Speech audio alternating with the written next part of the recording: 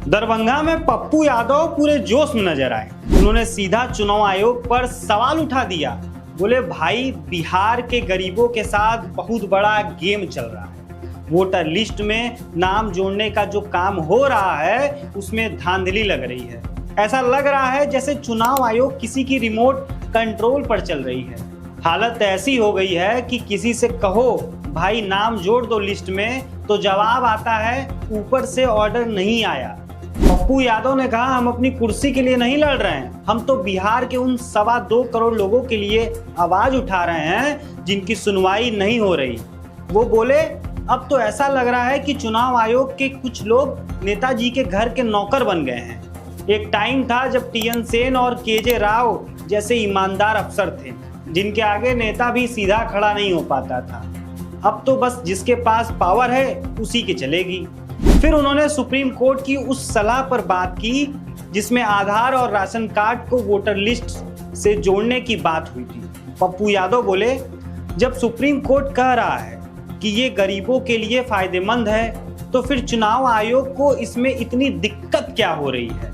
आधार card से तो सब कुछ मिल रहा है, राशन, पेंशन, स्कीम, तो वोटर लिस्ट में नाम क्यों नहीं जुड़ सकता? अब पटना वाले बिहार बंद के दिन की बात आई, जब उनसे पूछा गया कि आपके साथ धक्का मुक्की हुई, अपमानित महसूस हुआ, तो उन्होंने बड़े सादे तरीके से कहा, हम कौन होते हैं अपमान या सम्मान की बात करने वाले? हमारी कोई इतनी बड़ी औकात नहीं है, बचपन से ही ये सब झेलते आए हैं। लेकिन अगर बिहार की इज्जत की बात आएगी तो हर अपमान मंजूर है।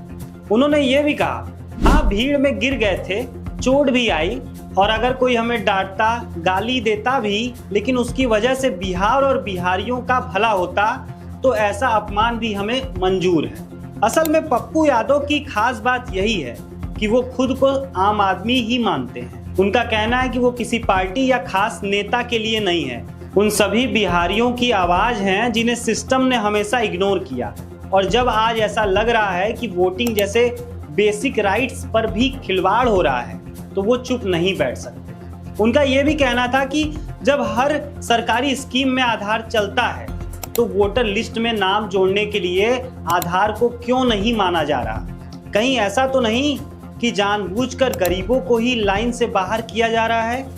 कुल मिलाकर पप्पू यादव का ये बयान थोड़ा गुस्से वाला था, थोड़ा इमोशनल था, और कुछ फिल्मों के डायलॉग जैसा भी।